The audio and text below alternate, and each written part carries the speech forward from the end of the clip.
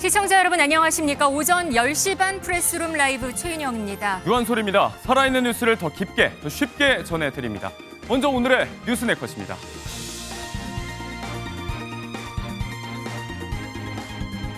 이 시각 현재 윤석열 전 대통령 모습입니다. 10시부터 2차 형사재판이 열리고 있는데 피고인석에 앉은 모습이 처음으로 공개됐습니다. 잘 보세요. 8개의 도토리, 그 위에 커다란 그림자가 익숙한 실루엣이죠. 국민의힘 경선과 윤심, 거리 두기가 쉽지 않습니다. 오늘 아침 발표된 차기 대선 주자 적합도 여론조사에서 이재명 민주당 경선 후보가 처음으로 50%대를 돌파했습니다. 신작 개봉을 앞둔 배우 윤여정 씨가 아들의 커밍아웃 사실을 최초 공개했습니다. 엄마로서 또 배우로서 치열하게 살아온 그녀의 여정을 따라가 봅니다. 프레스룸 라이브 시작합니다. 네, 먼저 내란 우두머리 혐의로 재판에 넘겨진 윤석열 전 대통령의 2차 공판이 조금 전에 시작됐습니다. 현장에 나가 있는 취재 기자 연결해서 자세한 소식 들어보도록 하겠습니다. 취재 기자, 네, 지금 윤 전 대통령 모습 어땠습니까? 네, 윤 전 대통령의 재판을 진행 중인 재판부가 1차 공판 당시에는 언론사의 촬영을 불허했었는데요. 이번에는 허가하면서 윤 전 대통령이 입정하는 모습부터 재판 시작 전까지의 모습을 담을 수 있었습니다. 조금 전이죠. 2차 공판이 시작되기 전까지 취재진들은 서울중앙지방법원 417호 대법정 안에서 피고인석에 앉아있는 윤 전 대통령의 모습을 사진과 영상으로 담았는데요.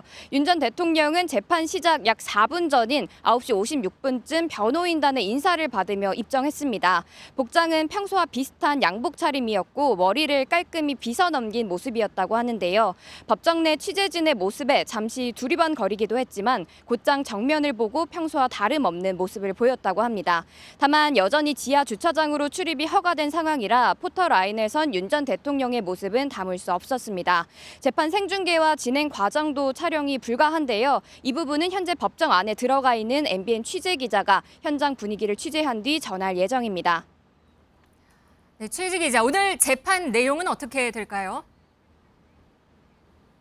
네, 오늘 재판은 1차 공판 당시 검찰 측이 증인으로 신청했던 조성현 수도방위사령부 제1경비단장과 김형기 특수전사령부 1특전 대대장에 대한 윤 전 대통령 측의 반대 신문이 있을 예정입니다.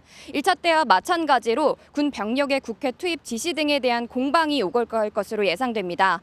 앞서 1차 공판에서는 검찰 측이 조 단장에게 국회의원을 끌어내라는 지시가 있었냐고 물었고 그렇다는 답변이 나왔었는데요. 윤 전 대통령 측은 이를 반박하기 위해 군 투입 지시의 신빙성, 비상계엄 상황에서의 군 병력 투입 경위와 과정을 꼬집는 질문을 할 걸로 보입니다. 이와 더불어 재판부는 앞서 윤 전 대통령 측이 문제 제기한 증인신문 순서와 증거 채택 등에 대해서도 추가 의견을 듣고 내용을 정리할 예정입니다. 지금까지 서울중앙지방법원에서 전해드렸습니다.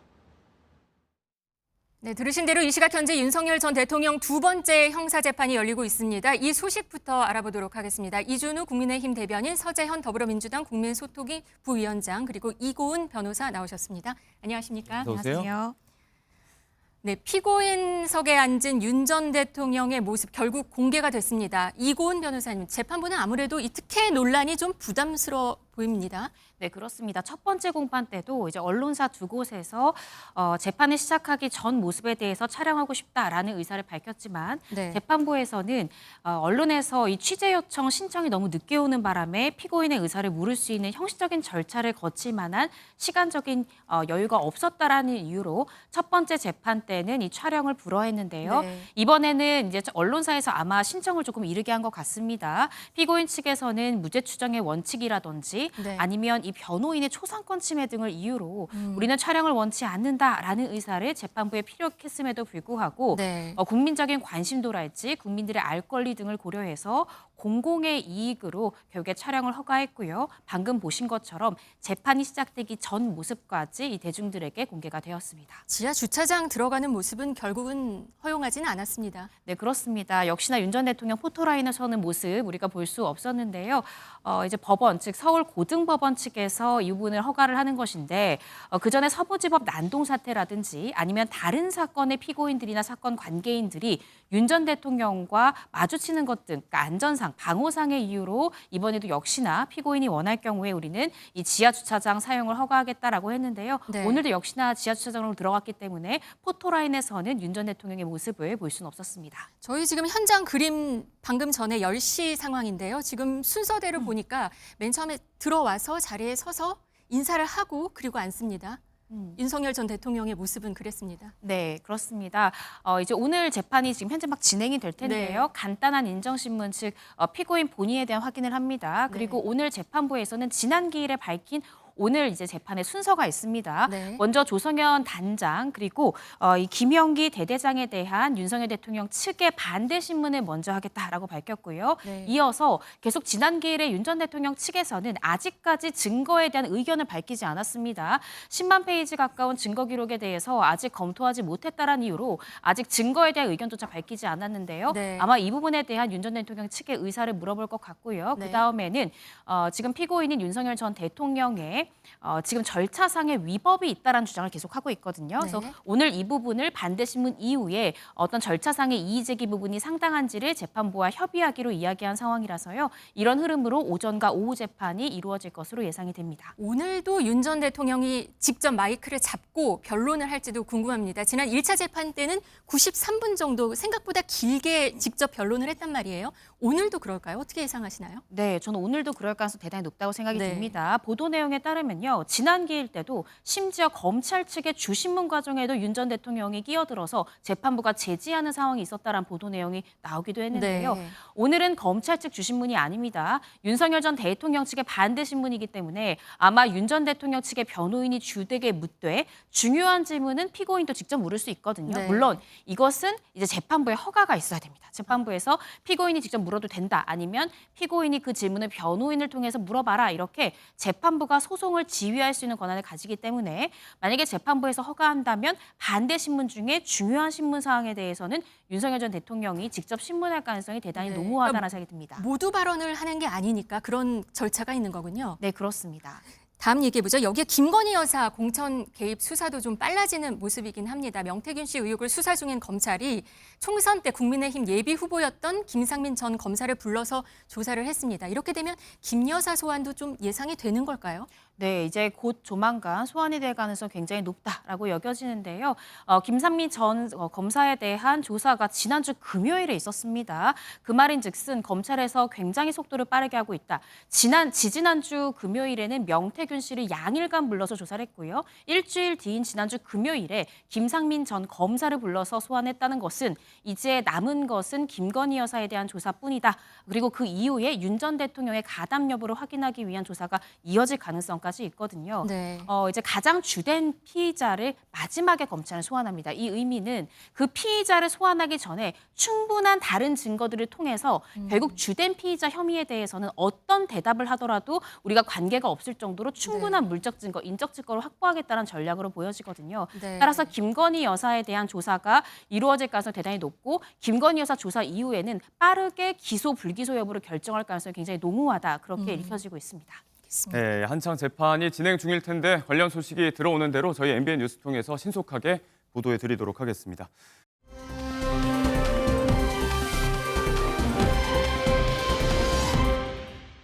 그럼 주말 정치권 소식을 좀 정리해 볼 텐데요. 먼저 가볼 곳은 토일 이틀간 열린 국민의힘 경선 토론이었습니다. A조, B조로 나뉘어서 진행이 됐죠. 바로 어제 있었던 토론도 그렇고요. 이틀간에 공통적으로 나온 단어, 화두가 하나 있습니다. 영상 하나 보고 오시죠. 우리 당이 배출한 대통령이 한 것이라 하더라도 비상계엄은 불법이라고 봤고 그래서 앞장서서 막았습니다.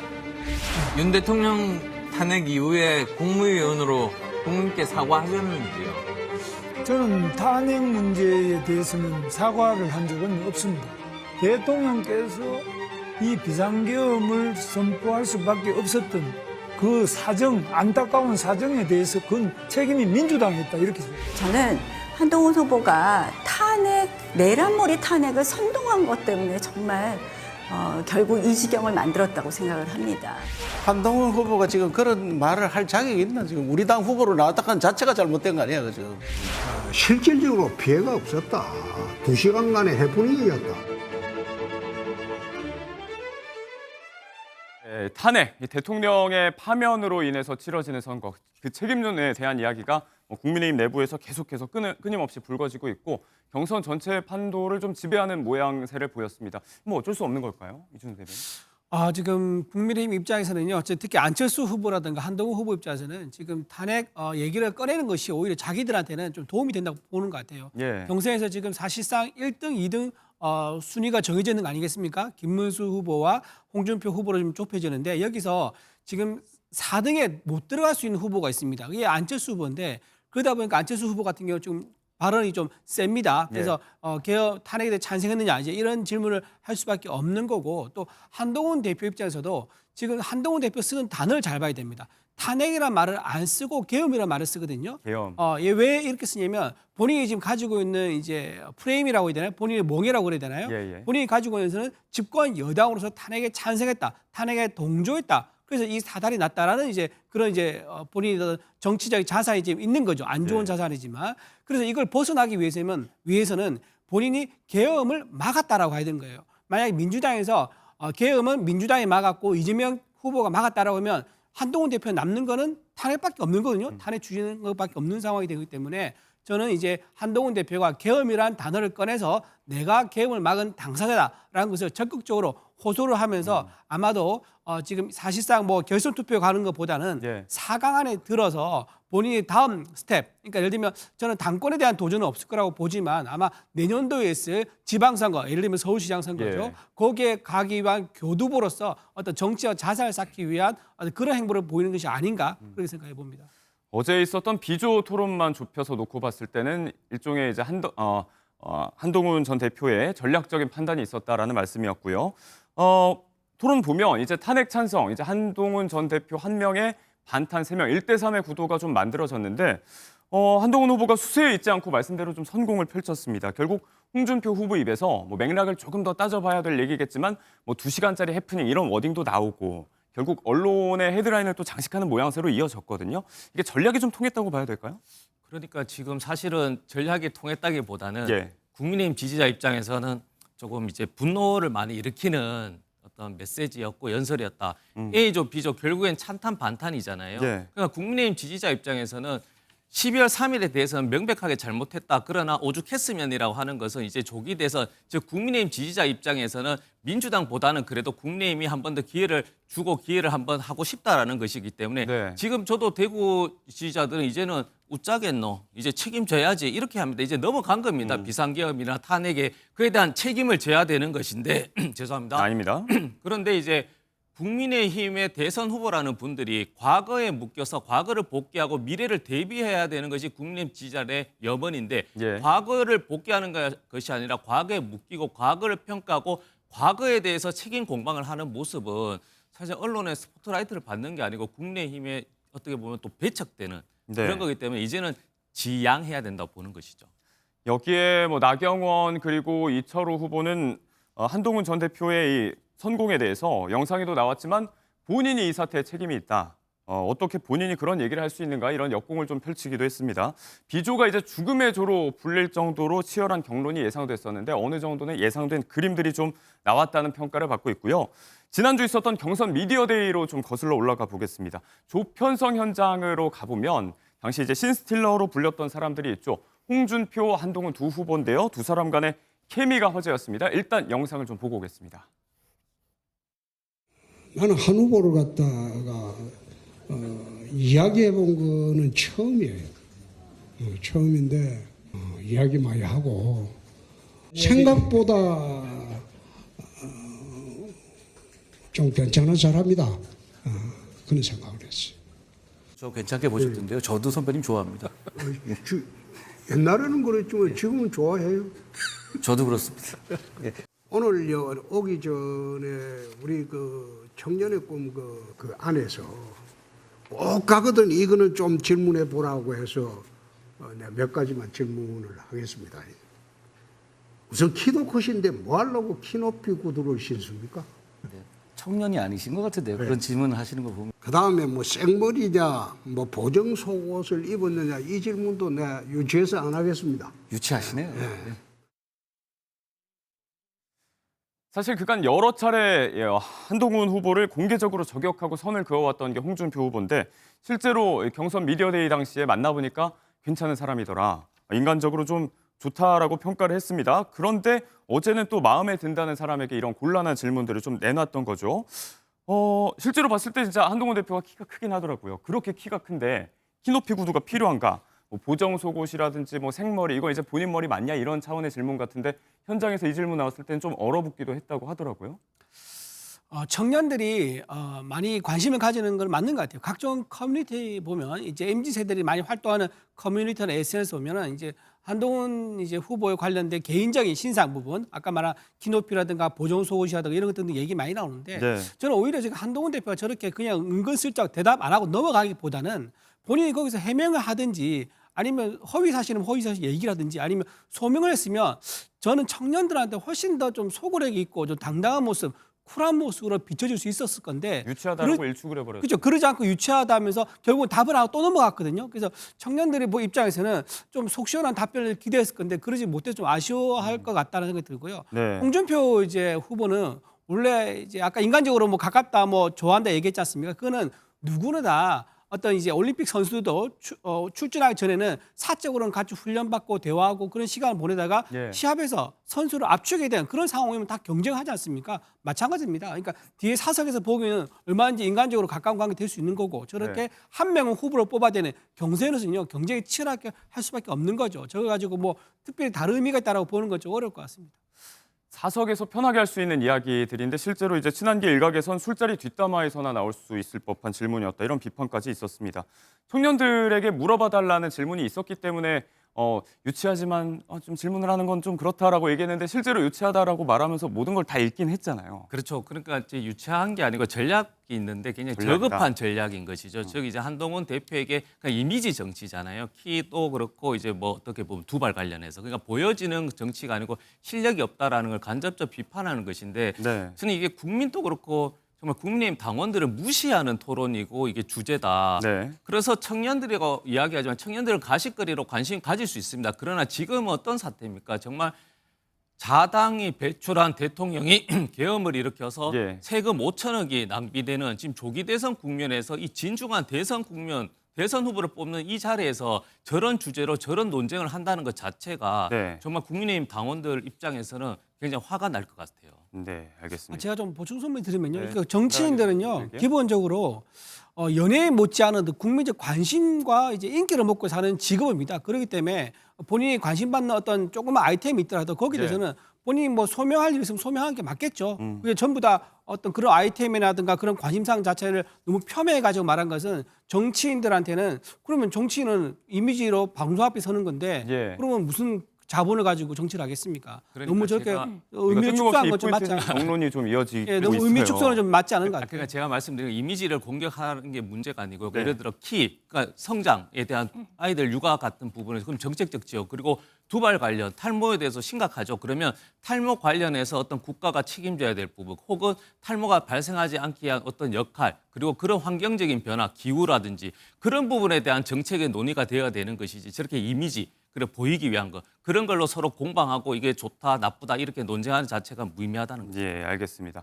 저희가 또 더 다뤄야 될 이야기가 또 남아 있는 관계로 국민의힘 경선 과정에 대한 이야기는 여기에서 정리를 하고 다음 이야기를 좀 해보도록 하겠습니다.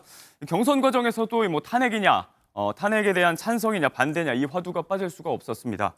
대통령이 파면이 됐지만 입장을 좀 명확히 정리해야 한다라는 목소리가 계속해서 나오고 있는데 일정 부분 거리두기 분위기도 감지가 되고 있고요. 그런데 이게 쉽지가 않을 것 같습니다. 당 밖에서 나온 목소리들이 논란입니다. SNS상에 사진이 하나 올라왔죠. 이건 변호사님. 네, 그렇습니다. 다름 아니라 나는 개봉됐다라는 말로 화제를 낳은 바로 김계리 변호사가 SNS에 19일이죠. 지난주 토요일에 윤석열 전 대통령의 사저로 가서 함께 식사한 사진을 공개하기도 했는데요. 예. 그 사진을 보면 김계리 변호사 밝게 웃고 있고요. 뿐만 아니라 베이처 변호사도 함께 식사 자리에 한 것 같습니다. 네. 그러면서 윤 전 대통령이 이 사진과 함께 Be calm and strong 사정이라는 문구와 함께 올려달라고 요청을 했다라고 이야기를 했어요. 예. 즉 윤 전 대통령의 변호인으로서인지 아니면 개인적인 사적인 부분인지 모르겠지만 윤 전 대통령이 요청했던 부분도 정확히 기재를 했고요. 그러면서 화제가 됐던 것이 나의 윤버지, 나의 예. 윤석열 전 대통령 아버지라는 표현까지 해서 또 화제를 낳기도 했는데요. 아버지의 버지군요. 네, 그렇습니다. 그래서 이 사진으로 굉장히 화제가 됐고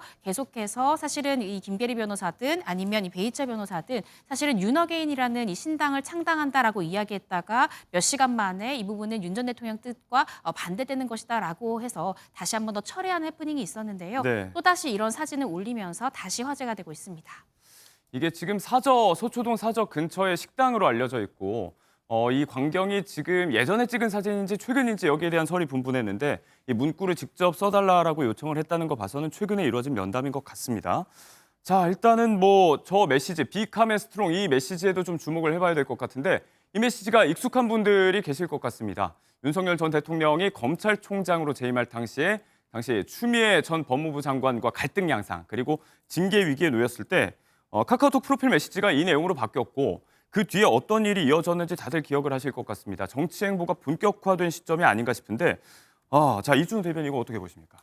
저 문구가 원래 이제 해명의 소설에 나옵니다. 노인과 바다라는 네, 그렇죠. 그 소설에 나오는 이제 문구를 따서 한 건데 지금 뭐 상황을 이제 압축적으로 보여주는 단어를 할 수 있죠. 지금 국민의힘의 경선을 치러주고 있는 상황인 거고 그리고 상대 민주당에서 만만치 않은 경선에서 압도적인 90% 지지를 얻는 후보가 지금 경선을 달리고 있으니까 예. 침착하고 강인한 의지로 맞서 싸워야 한다. 이제 그런 메시지를 지난번에도 한번 냈었지 않습니까? 그 연장선상에서 아마 이제 윤석열 전 대통령이 네. 식사 자리에서 한 얘기를 그대로 옮긴 게 아닌가 싶습니다. 근데 다만 김계리 이제 변호사가 본인의 어떤 개인적인 선호라든가 지지라든가 그런 건 자유죠. 거기에 대해서 예. 뭐 어떻게 누가 뭐라 할 건 아닌 것 같은데 지금 이제 모든 상황에는 TPO라는 게 있습니다. 그러니까 때와 장소 상황이 있는 거죠. 근데 지금 이 타이밍에 다시 윤석열 전 대통령을 끄집어 와서 대선 전체의 키워드 핵심적인 테마를 우리가 미래로 가는 이런 상황을 만들어야 되고 네. 중국이냐 미국이냐 이걸 선택하는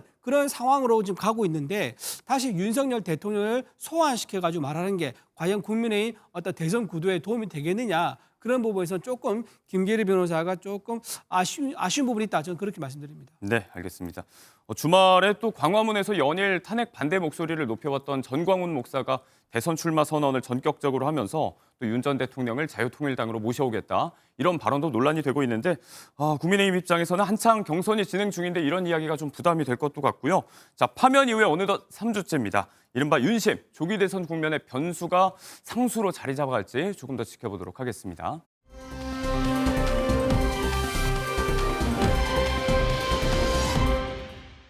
네, 이런 가운데 이 한덕수 대통령 권한대행의 행보가 예사롭지 않습니다. 한덕수 대행은 어제 외신과 인터뷰를 했는데요. 출마를 묻는 질문에 아직 결정을 내리지 않았다.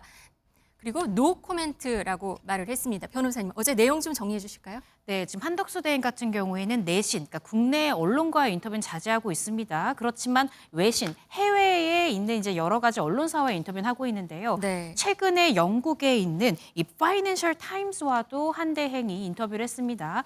이 인터뷰의 주된 내용은 사실은 이 트럼프 행정부의 관세 조치에 대한 대응을 어떻게 할 것인지를 묻는 자리였는데 이때 이 외신이 대선 출마 여부에 대한 의사를 묻는 질문이 나왔습니다. 이 부분에 대해서 한 대행은 그런 생각이 없다라고 딱 자르는 것이 아니라 not yet, 아직 정해지지 않았다라는 의사 표명과 함께 네, no comment, 네, 이런 표현을 했고요. 네. 이 부분이 이제 한 대행이 어떻게 생각하면 아직까지 대선 출마에 대한 의지가 있는 것이 아니냐라는 일각의 분석도 있고요. 네. 사실 앞서서 지난 8일입니다. 8일에도 도널드 트럼프 미국 대통령과 통화를 한 대행이 나눴는데 그때도 이 트럼프 대통령이 대선에 출마할 건지에 대한 질문이 있었고요. 네. 비공개 대화였지만 아직 결정하지 않았다라면서 즉답을 피하는 모습 보였거든요. 네. 그래서 이 부분을 두고 과연 2주 뒤에 이 한덕수 대행이 다시 대선 출마에 대한 도전장을 던질 것인지 또 많은 추측들이 나오고 있는 그런 상황입니다. 네, 대변인님. 사실 이게 출마설의 불씨를 살렸다. 이런 분석들이 나오고 있거든요. 네, 그렇게 봐야 될 것 같습니다. 지금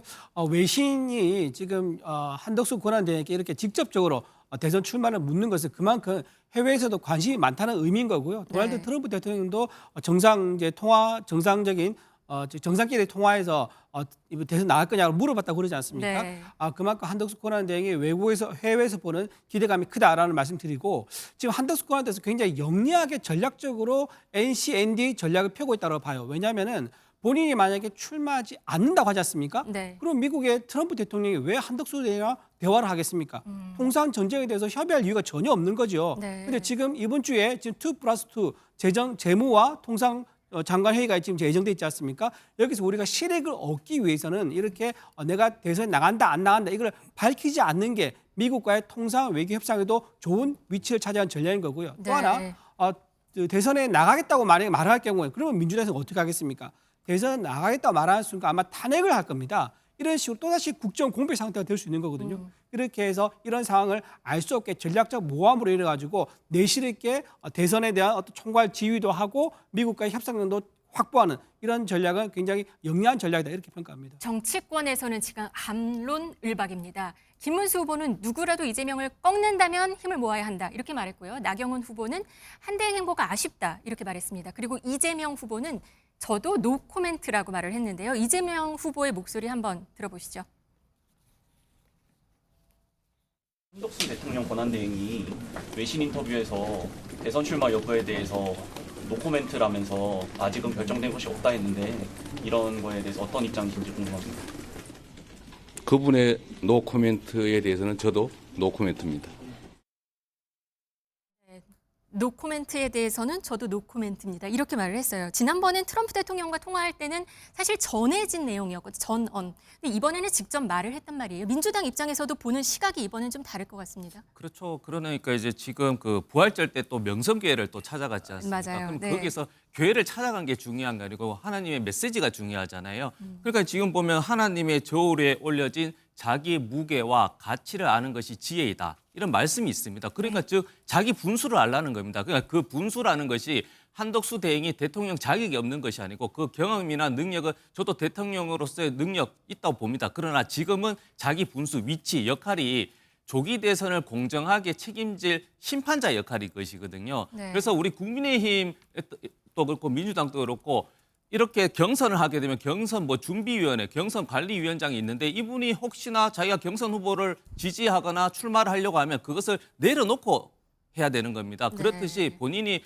대통령의 꿈을 꿀 수가 있습니다. 그러면 꿈을 꾸고 실현을 하려면 그 심판자에 심판을 내려오고 선수로 뛰어야 되는 것이지. 지금 그림 보시면은 어제 그 교회를 간 모습입니다. 그렇죠. 그러니까 네. 저것들이 하나의 어떤 단순한 부활절 행사 메시지가 아니고 네. 그러니까 명성교회 그 어떤 예전에 계속 이제 윤석열 전 대통령 또 가시고 하셨기 때문에 대권 주자의 필수 코스라고 네. 이렇게 알려주고 네. 오해가 아니고 이렇게 해석이 되잖아요. 네, 이 교회는 그래요. 과거에 보니까 윤석열 전 대통령이 대선 후보 시절에 간 곳이고 그때 보니까 윤 전 대통령이 성경책을 팔에 끼고 차에서 막 내리고 교회 측 인사는 성경책이 멋있다고 얘기를 하고 막 이랬던 곳이었어요. 네. 그리고 당시 윤 후보는 새해 덕담으로 막 이렇게 시작을 했었고요. 2017년 당시에 자유한국당 홍준표 대선 후보도 방문한 곳이고 지난 6일에는 김동연 민주당 경선 후보도 갔던 곳입니다. 현재 한덕수 지지율은 한 7에서 13% 정도로 나타나고 있는데 이거는 미풍 정도로 봐야 되는지 아니면은 좀 더 봐야 되는지에 대한 관심이 높거든요. 어떻게 보시나요? 저는 이제 이재명 대표가 방금 저렇게 말한 이제 노코멘트 이거는요 굉장히 미국을 의식한 발언이다 이렇게 생각합니다. 왜냐하면 한덕수 권한대행이 가지고 있는 장점은 안정성입니다. 50년 동안 경제 관료로서 시장주의를 지켜왔던 분인데 지금 미국과는 어떤 식으로든 동맹 관계를 유지하면서 협상을 이끌어내는 좋은 카운터 파트너가 되죠. 하지만 이재명 대표는 그동안 했던 말을 보면 아마도 중국의 편에 서서 미국과 맞서려는 그런 지도자로 미국 눈에 비칠 겁니다. 그렇기 때문에 만약에 그렇게 눈에 비친다 그러면 미국이 좀 더 적극적으로 공개적으로 한덕수 권한에 대해서 우호적인 어떤 평가라든가 메시지를 낼 수가 있기 때문에 그렇게 미국을 자극하지 않는 그런 입장을 밝히기 위해서 노코멘트를 하지 않았는가. 아마 네. 이래저래 그 이재명 후보 입장에서는 가장 껄끄러운 상대가 한덕수 권한대행이 되지 않을까 그런 생각합니다. 네.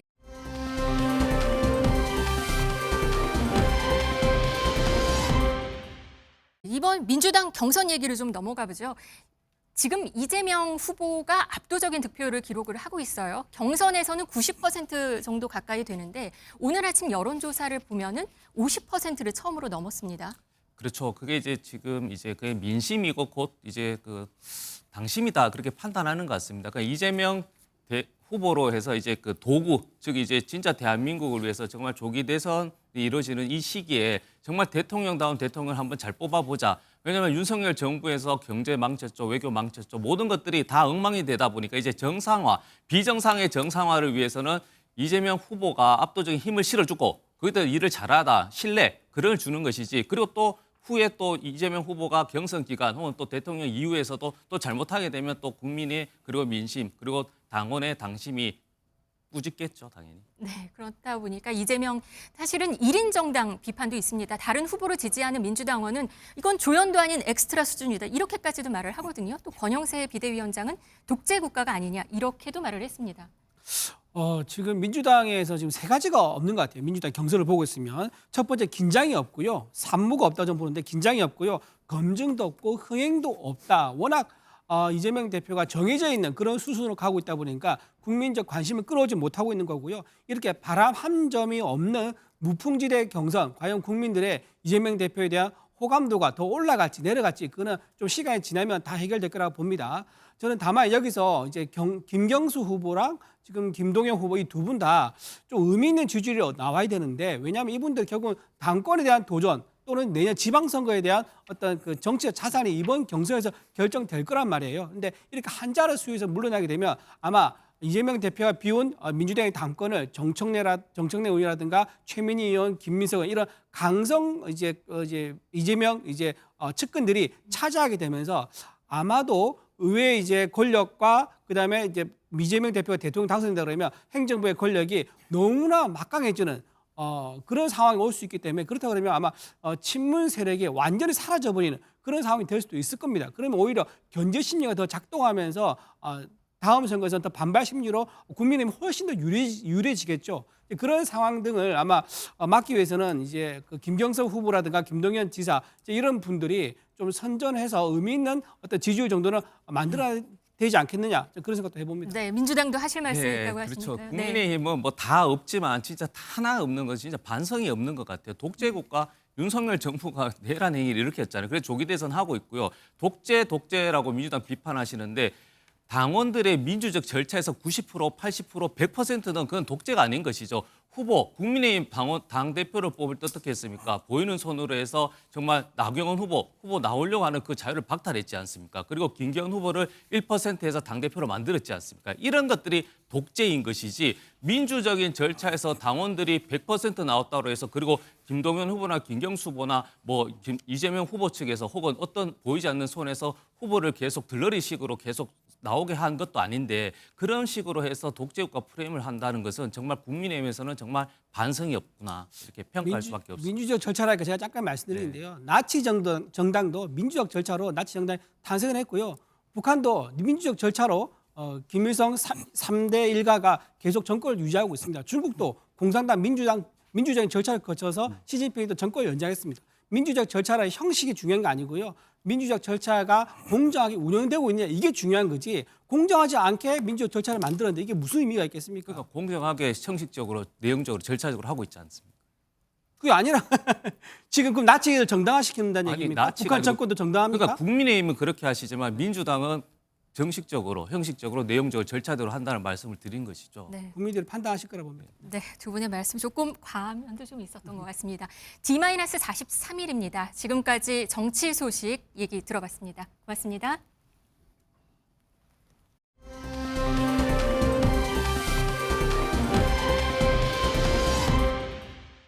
주말 새 비가 좀 오기도 했지만 완연한 봄 날씨가 이어지고 있습니다. 이 시즌이 또 이제 결혼식 웨딩 성수기로도 알려져 있죠. 네, 주말 사이에 화촉을 올렸던 면면을 보셨습니다. 관련 연예계 소식 홍종선 대중문화 전문기자 박진아 아나운서 모시고요. 이고은 변호사님 계속 수고를 좀 부탁드리겠습니다. 자, 이야기 나눠보겠습니다.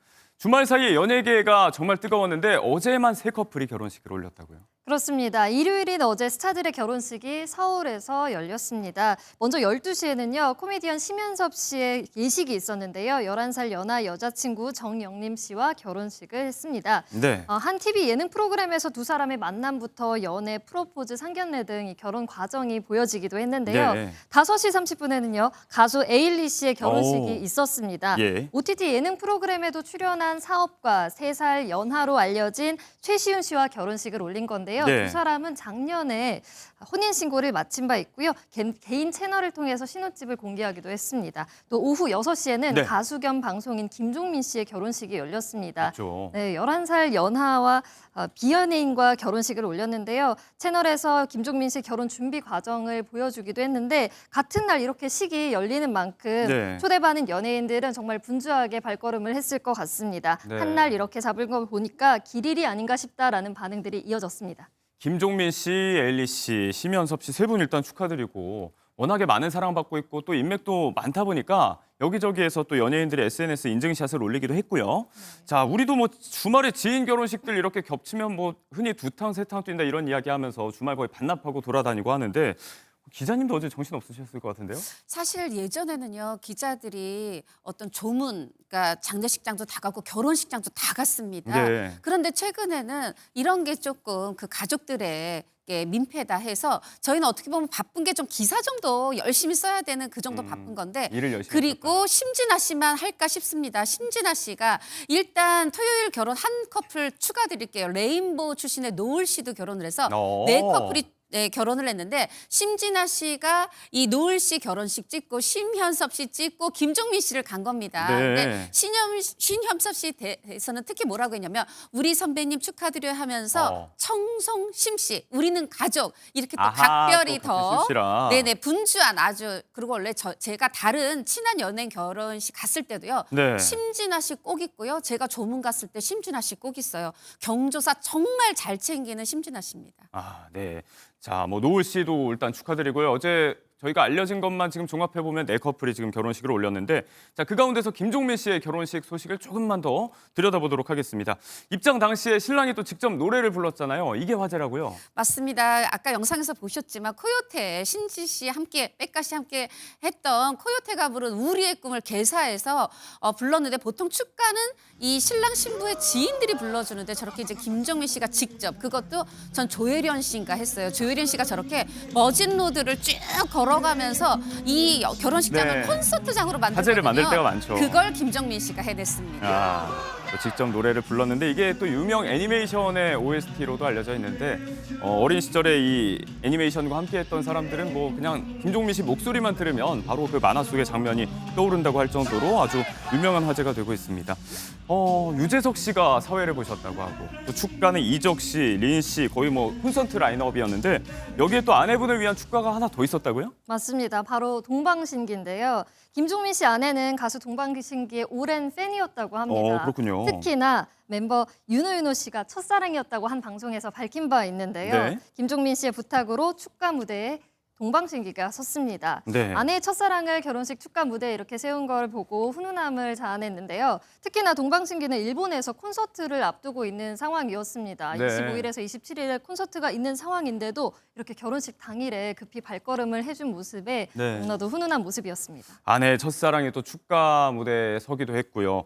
이고은 변호사님 어떠세요? 이런 결혼식은 이제 같은 여자 입장에서 봐도 좀 굉장히 감동적이고 뿌듯할 것 같기도 하고요. 네, 그렇습니다. 사실 이런 모습은 사실은 내 아내를 위해서라기보다는 그날 굉장히 바쁜 중에 참석해준 하객을 위한 배려라고 생각이 들거든요. 예. 내가 이렇게 배려심이 깊은 남자랑 결혼하는구나. 아. 한 번 더 이 신부가 감동하는 자리가 아니었을까 싶습니다. 네, 알겠습니다.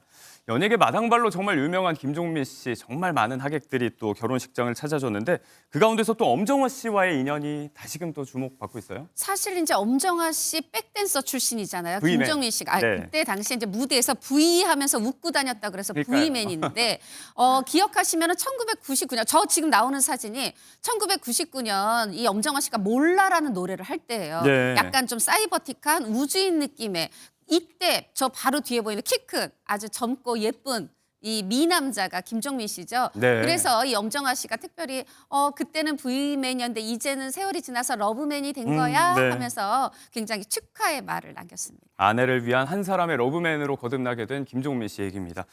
지금 화면에서 보이는 저 때 당시 활동 당시의 모습도 항상 뭐 이제 밝게 웃는 얼굴이 트레이드마크인데 또 한편으로는 최근 한 방송을 통해서 결혼식에 함께 참석할 수 없는 그리운 분에 대한 또 소회도 전했어요. 사실 김종민 씨가 아버님께서 고2 때, 김종민 씨 고2 때 돌아가셨다고 해요. 택시 운전을 하시다가 이제 너무 힘들어서 그래도 이게 돈을 모아서 횟집을 내셨는데 근데 서해안에 내셨나 봐요. 근데 이렇게 주차를 하고 있었는데 그때 서해안 밀물이 들어왔는데 이때 이제 물에 말하자면 쓸려고 하는데 차문을 열지 못해서 나오지 못해서 사고사로 돌아가신 거죠. 아무래도 이렇게 김종민 씨가 얘기해요. 특히 잘 될 때마다 무슨 연예 대상 상 받고 잘 될 때마다 아버님이 사무치게 그립다고 했는데 사실 너무 어릴 때라 용돈 한 번 못 드렸다는 거죠. 그러니 이런 인생의 대경사인 결혼식 날 아버님 생각이 당연히 날 수밖에 없었을 거고 그래서 눈물 지었습니다. 고등학생의 나이에 이제부터는 가장으로서 좀 책임을 지겠다라고 얘기했다는 게 또 어머니가 가슴 아프게 회상하는 그런 부분들인데 자, 아무튼 이런 부분 때문에도 행복하게 살았다는 응원이 계속해서 이어지고 있습니다. 많은 분들의 축하를 받으면서 아주 성대하게 결혼식을 잘 치른 만큼 앞으로의 행보에도 꽃길만 가득하길 바라보고요. 다시 한번 어제 식을 올린 모든 연예인 그리고 커플분들 축하한다는 말씀을 좀 드리겠습니다.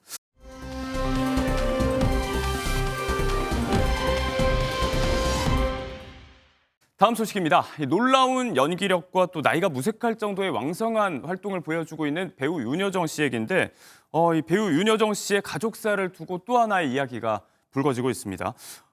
얼마 뒤에 이제 신작 개봉을 앞두고 있는데 해외 매체를 통해서 가족사에 관련한 깜짝 고백이 있었다면서요? 지금 할리우드에서 어떻게 보면 가장 왕성하게 활동하고 있는 두 배우가 배두나 씨, 윤여정 선생님이 있는데 요번에 이제 결혼 피로연이라는 1983년도 영화죠. 이안 감독의 대만 영화인데 요게 미국에서 리메이크 됐고 여기에 이제 할머니 역할로 윤여정 씨가 출연을 했고 뭐 할리우드에서 버라이어티라든가 뭐 여러 가지 매체와 인터뷰를 진행했어요. 여기에서 극중에서 내가 어떤 동성애 손주를 둔 그런 할머니인 것처럼 실제로는 나의 장남이 2000년에 커밍아웃을 한 동성애자다. 이 얘기를 밝혀서 주말 내내 뜨거웠습니다. 네, 알겠습니다. 사실 동성애 얘기, 미국의 일부 주에서는 동성 결혼이 합법화된 지도 꽤 됐고요. 지금 윤여정 씨의 장남과 또 같이 결혼한 배우자는 결혼식을 열고 나서 뉴욕에서 계속 생활 중인 것으로 알려져 있습니다.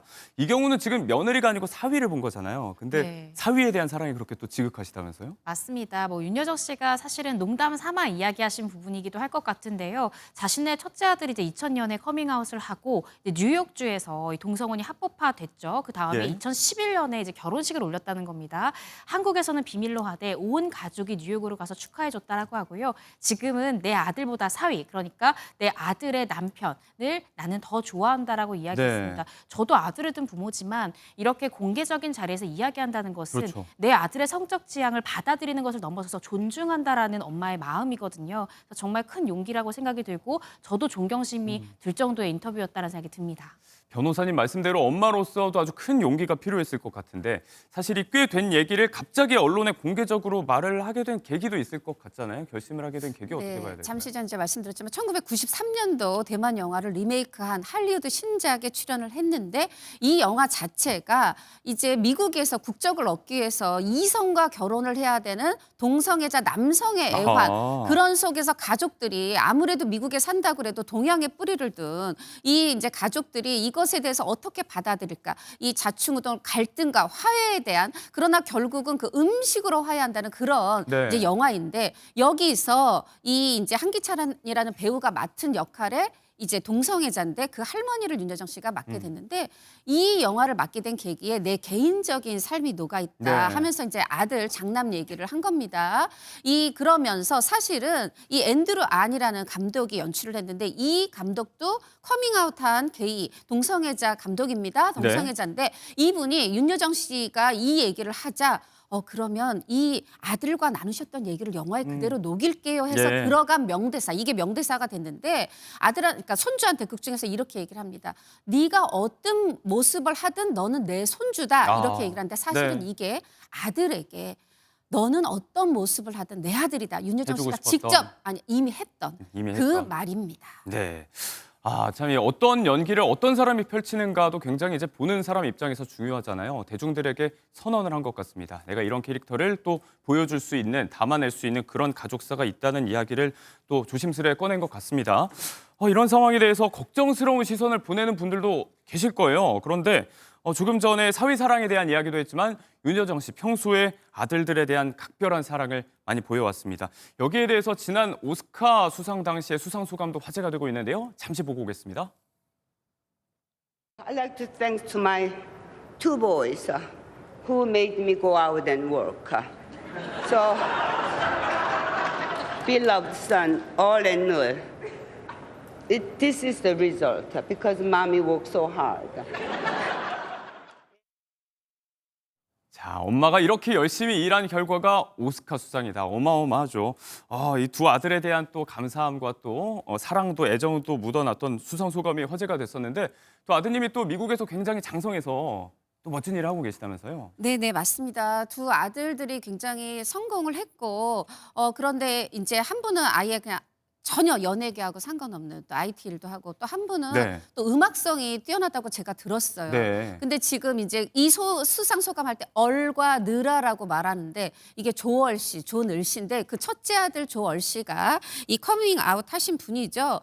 이때 당시뿐 아니라 사실은 이제 기자들하고 인터뷰할 때도 네. 늘 나는 나의 첫 번째가 이 두 아들의 엄마인 걸 잊지 않는다. 그 아들들을 위해서 일을 했는데 그냥 일을 열심히 하다 보니까 여기 왔다. 네. 이제 와서는 나한테 뭐 대단하다, 연기 잘한다 하는데 옛날에 나한테 목소리 이상하다 그랬다. 그래도 나는 돈 벌어야 되니까 했다. 네네. 그리고 이제 지금 나한테 말을 굉장히 멋있게 한다. 이 시대의 어른이다라고 하는데 옛날에 나한테 말을 괴팍하게 한다 그랬다. 나는 네네네. 솔직하게 말해왔을 뿐이다. 이렇게 얘기를 하셨는데 사실은 그 솔직하게 하면서 요 한 구석에 내가 부끄러운 게 아닌데 말하지 못하는 게 있었던 걸 저는 이번에 털어놓으면서 아들에게도 날개를 달아주시고 본인도 날개를 저는 이제 조금 마음 편해지셨다 싶은데 네. 물론 걱정은 하셨어요. 내가 미국이라서 이 얘기하는데 고향 나라에 가면은 어떻게 이걸 받아들일지 모르겠다. 우리 고향 나라에서 했는데 네. 지금 저는 크게 걱정하지 않으셔도 된다. 왜냐하면 우리가 네. 이미 윤여정 배우를 너무 사랑합니다. 네.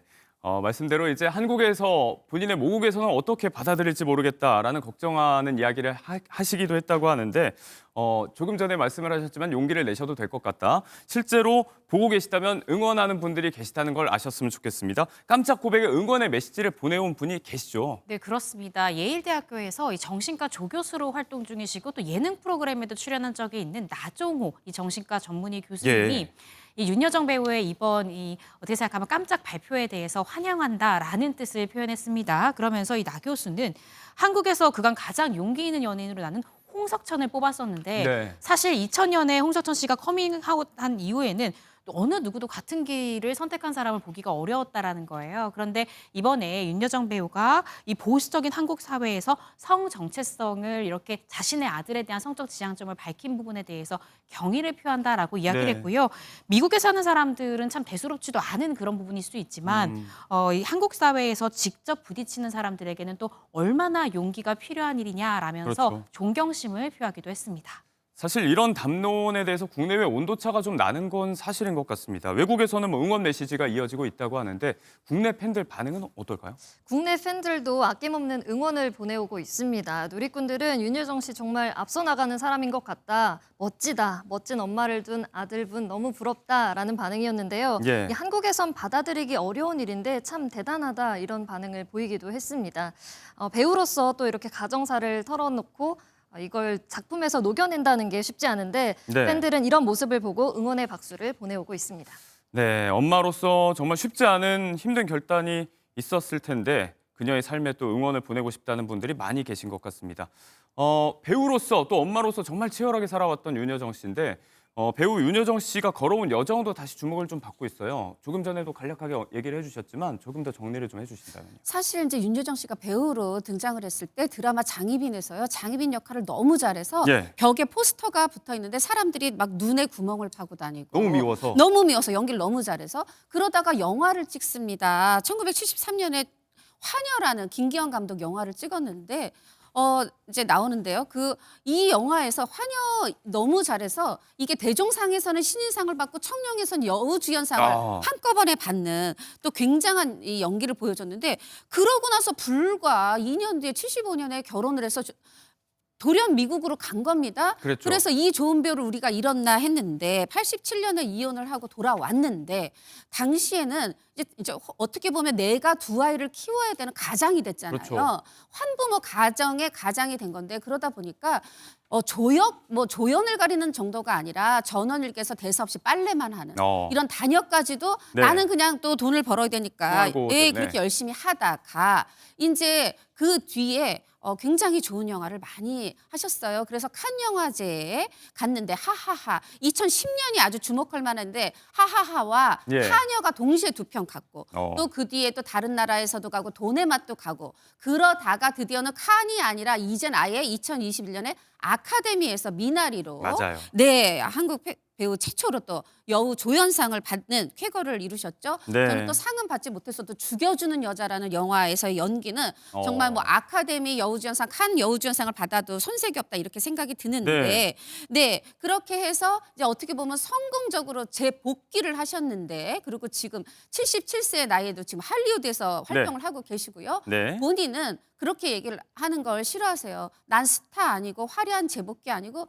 그냥 정말 돈 벌려고 열심히 예. 살았더니 여기에 이르렀다. 이렇게 얘기하고 계십니다. 인생사도 그렇고 정말 연기 인생에서도 많은 굴곡이 있었지만 다 극복해내고 한국 최초로 오스카에서 여우주연상을 수상하면서 또 연기 열정 보상을 좀 받기도 했습니다. 당시 내놨던 수상 소감들이 또 어록으로 화제가 되고 있거든요. 모아서 잠깐 보겠습니다. Most of European people call me Yoyoung and some of them call me Yujong. But tonight, you are all forgiven.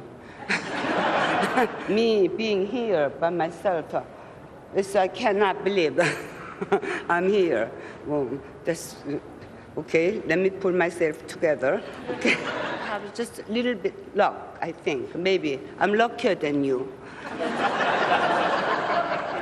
And also maybe is American hospitality for the Korean actor? 네, 재치 있는 이야기들 거의 뭐 모아내면 어록집이 하나 나올 것 같습니다. 자, 이렇게 수상 소감만큼이나 윤여정 씨가 뭐 잘 될 때 같이 덩달아 관심을 받고 있는 분이 있습니다. 바로 조금 전에도 언급이 됐지만 전 남편 조영남 씨가 항상 소환이 돼서 오는데요. 본인 스스로도 이런 일이 있을 때 언급이 되는 걸 피하지 않는 것 같습니다. 저희 제작 프로그램에 나와서 한번 이야기를 한 적이 있었는데요. 관련 이야기 잠깐 듣고 오시죠. 저기는 뭐라 그러세요? 그 윤여정 씨는? 조영남 얘기하면 너까지 안 만난다 이렇게 얘기한다고. 아니 그리고 물어서 얘기한다니까 내가 지금. 꽃다발은 왜 보내신 거예요? 그분한테 꽃다발 보내셨다면서요? 그 장이가 해보라고 장이가 시켜서 그랬어요. 무명으로 보냈지. 무명으로? 아 그 얘기하지 마. 아이. 이야기하지 말라고 했지만 모든 이야기가 다 나왔습니다. 좋은 일이 있을 때, 화제가 되는 일이 있을 때마다 언급을 해왔어요, 계속해서. 맞습니다. 아까 제가 아들 그 직업 잠시 정정해드리면 첫째 분이 이직하셔서 이제 패션 업계로 네, 몸을 그렇게 담았고 알고 있어요. 네, 윤여정 씨의 지지를 받았고 네, 둘째 분은 음악 하시는 거 맞고요.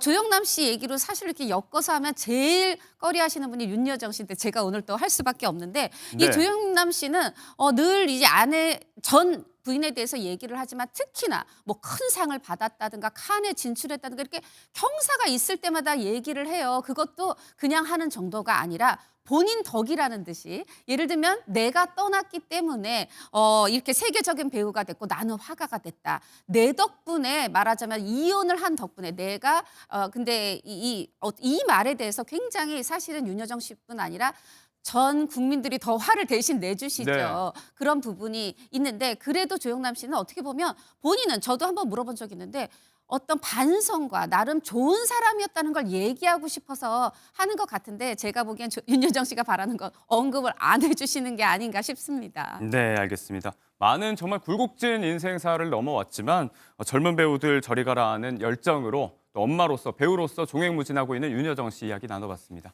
고맙습니다.